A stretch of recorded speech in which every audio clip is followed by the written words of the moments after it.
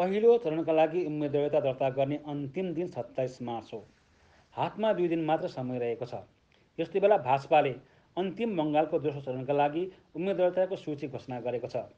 बङ्गालमा 3 सिट बाहेक 20 सिटका लागि उम्मेदवारको नाम घोषणा गरेको छ। यो लिस्टमा रिटायर्ड जस्टिस अभिजित गाङ्गुलीको नाम पनि समावेश रहेको छ। हालै तृणमूल छाडेर भाजपामा सामेल भएका तापस राय र अर्जुन सिंहको नाम पनि सूचीमा छ। यसैबीच पूर्व सांसद द्वैले जलपाइगुडी र दार्जिलिङ लोकसभा निर्वाचन क्षेत्रमा उम्मेदवारको रूपमा प्रतिस्पर्धा गर्नेछन्। बिजेपी उम्मेदवारको सूची जलपाइगुडीबाट जयन्त राय, दार्जिलिङ लोकसभाबाट राजु विष्ट रहेका छन्।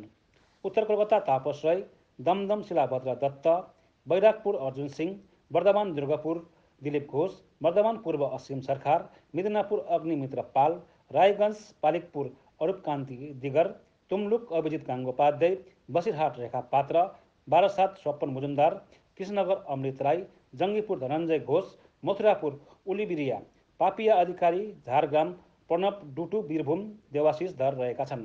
দেখুন, ভারতীয় জনতা পার্টি বিশ্বের সর্ববৃহৎ পার্টি। সেই পার্টির কেন্দ্রীয় নেতৃত্ব আমাকে এই আবার নির্বাচনে লড়ার, লোকসভা নির্বাচনে লড়ার সুযোগ দিয়েছে। এটা আমার কাছে বিরাট একটা সুযোগ, মানুষকে সেবা করার একটা অপরচুনিটি আমাকে দিয়েছে আমার পার্টি। এই জন্য আমি সকল স্তরের কার্যকর্তা, আমার জেলার সমস্ত কার্যকর্তা এবং আমার রাজ্যের নেতৃবৃন্দ এবং সর্বোপরি প্রধানমন্ত্রী নরেন্দ্র মোদীজি এবং জেপি নাড্ডাজি আমাদের রাষ্ট্রীয় অধ্যক্ষ, তাদেরকে সবাইকে আমার আন্তরিক শ্রদ্ধা এবং ধন্যবাদ।